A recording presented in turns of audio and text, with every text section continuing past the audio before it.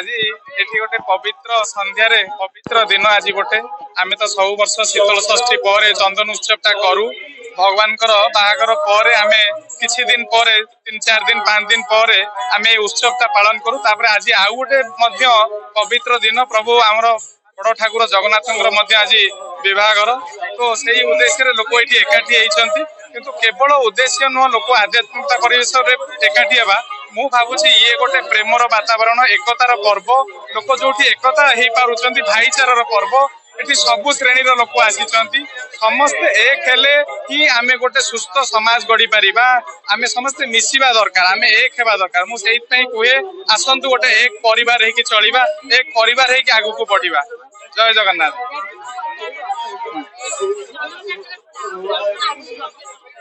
ଆହୁରି ବହୁତ କିଛି ହୁଏ। ଆମେ ଫୋକସ କରୁ ମେନଲି ଯେମିତି ହେଲ୍ଥ ଉପରେ ଆମର ଗୋଟେ ବ୍ରହ୍ମ ବିନ୍ଦୁ ଅଛି। ଯେମିତି ସାଧାରଣ ଲୋକ କେମିତି ବ୍ଲଡ ପାଇପାରିବ ସହଜରେ। ତାପରେ ଆମର ମଧ୍ୟ ଏମ୍ପ୍ଲୟମେଣ୍ଟରେ କାମ କରୁଛୁ ଆମେ। ଯେମିତି ଗୋଟେ ସାଧାରଣ ଘରର ପିଲାଟି କେମିତି ଚାକିରି ପାଇପାରିବ।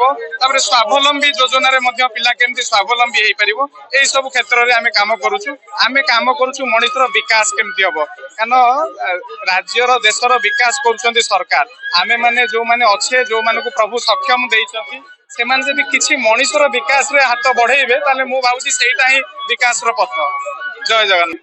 ଧନ୍ୟବାଦ ଦେବି ଏବଂ କୃତଜ୍ଞତା ଜଣାଇବି ଯେ ପ୍ରତ୍ୟେକ ବର୍ଷ ଏହିପରି ଗୋଟେ କାର୍ଯ୍ୟକ୍ରମ ମାଧ୍ୟମରେ ଏ ଅଞ୍ଚଳରେ ଗୋଟେ ବାତାବରଣ ତିଆରି କରିବା, ଭାଇଚାରା ତିଆରି କରିବା ଇଏ ହଉଛି ସବୁଠୁ ବଡ କଥା।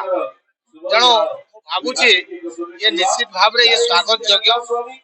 ଦେବଭୂ ପରିବାର ଯେ କେବଳ ଇଏ ଚନ୍ଦନ ଯାତ୍ରା ବା ଚନ୍ଦନ ଉତ୍ସବ ଇଏ କାର୍ଯ୍ୟକ୍ରମ କରୁଛି ତାହା ନୁହେଁ। ମୁଁ ଏ ପରିବାର ସାଙ୍ଗରେ ଆଗରୁ ବି ଜଡିତ ଅଛି। ବିଭିନ୍ନ ପ୍ରକାର କାର୍ଯ୍ୟକ୍ରମ ସାମାଜିକ କାର୍ଯ୍ୟକ୍ରମ ହାତକୁ ସେ ନେଇଛନ୍ତି। ତେଣୁ ମୁଁ ଭାବୁଛି ନିଶ୍ଚିତ ଭାବରେ ଇଏ ଯୋଉ ଅନୁଷ୍ଠାନ ବା ସଂଗଠନ ଆଗକୁ ଆଗକୁ ଏ ପ୍ରକାର ସମାଜରେ ଗୋଟେ ଭଲ କାମ କରୁ ଏବଂ ମୁଁ ଭାବୁଛି ନିଶ୍ଚିତ ଭାବରେ ଏ ଅଞ୍ଚଳରେ ଗୋଟେ ଭଲ ବାତାବରଣ ତିଆରି ହେବ। ଦେବଭୂ ପରିବାର ମନରେ ଲୋକମାନଙ୍କର ଗୋଟେ ମାନେ ପଜିଟିଭ ଭାବନା ଆସିବ। ନିଶ୍ଚିତ ଭାବରେ ଦେଖନ୍ତୁ ଆଜି ବିଭିନ୍ନ ପ୍ରକାର କ୍ଷେତ୍ର ଅଛି।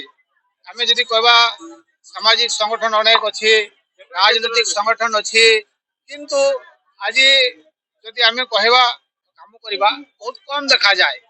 ଉପରେ ହୁଏତ ଛାପ ଥାଇପାରେ କିନ୍ତୁ ଅନ୍ତର ଭିତରେ ଆମେ ଦେଖିଛୁ ଯେ ବହୁତ ଅନୁଷ୍ଠାନ ହୁଏତ ବହୁତ ଭଲ ସେବା କାମ କରିପାରୁନାହାନ୍ତି। କିନ୍ତୁ ସେ ଦୃଷ୍ଟିରୁ ଆମେ କହିବା ଇଏ ଯୋଉ ଦେବଯୋଗ ପରିବାର ପୁରା ଭାବରେ ସେବା କାମରେ ସମର୍ପିତ ଅଛି।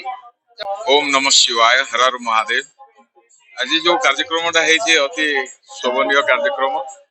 ये शिवंकर चंदन लगी बहुत महोत्सव पालन होती अनेक भक्त मानकर मिलन होती। देवभूं परिवार जो कार्यक्रम कर समस्त बंधु बांधव माने भक्त मानकर एकाठी मिलन होती। साधु सन्त अतिथि अभ्यागत नेता मैंने समस्त ये आसी उपस्थित होती। भगवान के दर्शन कर सानिध्य लाभ दर्शन करद्वारा साधु सन्त मैंने आसी जो भाव भगवान जो भाव अच्छी प्रकट कर साधु सन्त मान मिलन हो सारी। देवभूं परिवार जो शिवंकर भजन संध्या चलती बहुत लोग आनंद उत्सव मुखरित हो देखुं समस्त को आनंद उल्लास भरी दे। पद्म पोखरी सुंदर भाव सजा है बहुत आनंदर कथा। यहीपरि कार्यक्रम हेले सब साधु सन्त भक्त माने एकाठी रहिबे। भक्त भगवान भगवंत गुरु समस्त एकाठी रही समाजर कल्याण भागीदारी हो पारे।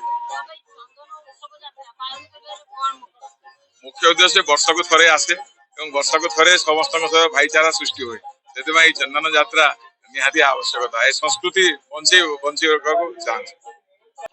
देवयुग परिवार सीतू भाई बयस आमठू सान किंतु तार जो चिंतन आध्यात्मिक परिवेश रे एते गरम रे महाप्रभुंकर चंदन यात्रा सरी सबुठी एबे से चंदन यात्रा स्मृति रे सीए आज हजार हजार भक्त को एकाठी करिसेंती एवं पूरा समस्त को चंदन लेपिकी ए मल्लीमाल देकी स्वागत करिसेंती।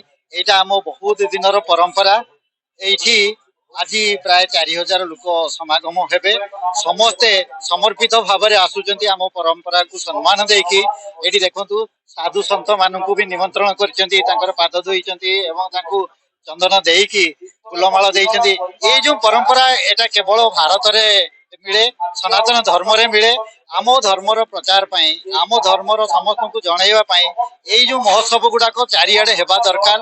ନହେଲେ ଆସ୍ତେ ଆସ୍ତେ ଆସ୍ତେ ଆସ୍ତେ ଆଗାମୀ ପିଢି ଏଗୁଡାକ ଭୁଲି ଯାଇକି ଆମ ପରମ୍ପରା ସବୁ ଭୁଲିଯିବେ। ତେଣୁକରି ଆମ ପରମ୍ପରାକୁ ପୁନର୍ଜୀବିତ କରିବା ପାଇଁ ଏଇ ଯୋଉ ସିତୁ ଭାଇଙ୍କର ଏଇ ଯୋଉ ଉଦ୍ୟମକୁ ମୁଁ ସାଧୁବାଦ ଜଣାଉଛି। ପ୍ରତିବର୍ଷ ହଉ ସବୁଠି ହଉ। ଜୟ ଶ୍ରୀ ଜଗନ୍ନାଥ। ହର ହର ମହାଦେବ।